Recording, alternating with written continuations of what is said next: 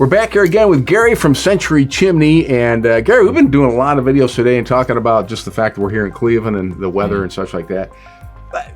Maybe a dumb question, but on a really cold night, like 20 below, does that affect the performance of my chimney and how I should light it versus just say a night of 20? Right. 20 versus 20 below. Is there any difference when I get my fire going? There definitely can be. Now, I haven't been to your home, so I don't know where the chimney is inside the house, but on an interior wall chimney, it's going to be different from an exterior wall chimney, and in the United States and America, we value our space more than we do our efficiency, unfortunately. Sure. So most chimneys are on an outside wall. Yeah. As a result, that column of air that's inside there, because it's open to the elements outside, it is the same temperature as the air outside. So your damper that stops the air from leaving the home or lets the smoke out when you're having a fire, that's the door right there. Up until that point, that cold column of air is inside that chimney. Same temperature as outside.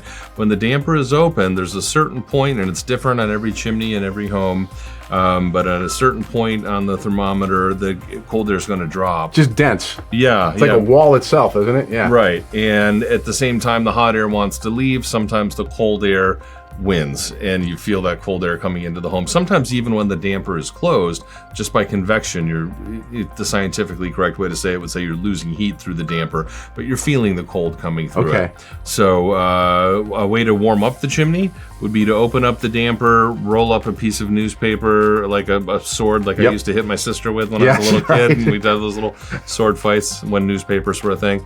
And so that's one way to do it. If you have a gas starter inside the chimney, it's common in a lot of wood-burning fireplaces that there's a gas starter. That's a great way to do it. It's quick. It's a quick. So just to have my starter before I load up with wood a little bit while, just to get it warmer in there. Just to let get it that run. draw going. Absolutely. Yeah. Okay. Yeah. That's. And if you're just moving into a new home, play with that and learn where those points are and what you need to do, because you have the first cold night and you have that first cold fire and you're thinking, I'm just going to throw 15 pieces of cut wood into here. Let's go. Yeah, and then all the smoke comes back in. It may not be anything wrong with the chimney. It's just there's just some steps you have to take. Hey, let me ask you: if I did throw my wood in there too quickly and I'm getting smoke, what can I do? Is there anything I can do? I mean, I don't want to be reaching in there taking it, but do I just have to wait until that heat gets enough that it's drawn out? Possibly. The first thing I can think of is opening a window, though. A window or a door, because then you're equalizing the pressure inside the home. That fireplace is an exhaust. It's creating a bit of a negative pressure. Open up a window or a door near that. Yeah, and it'll bring in the cooler air from outside that way.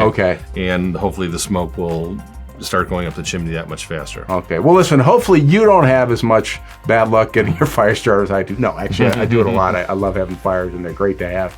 And you want them to be safe and effective and efficient, so keep your chimney up to snuff. And I know you guys can always help do that. We can, and you can reach us at 440-871-7707 if you'd like to call us in our office for appointments. You can also email or text us through our website at centurychimney.com.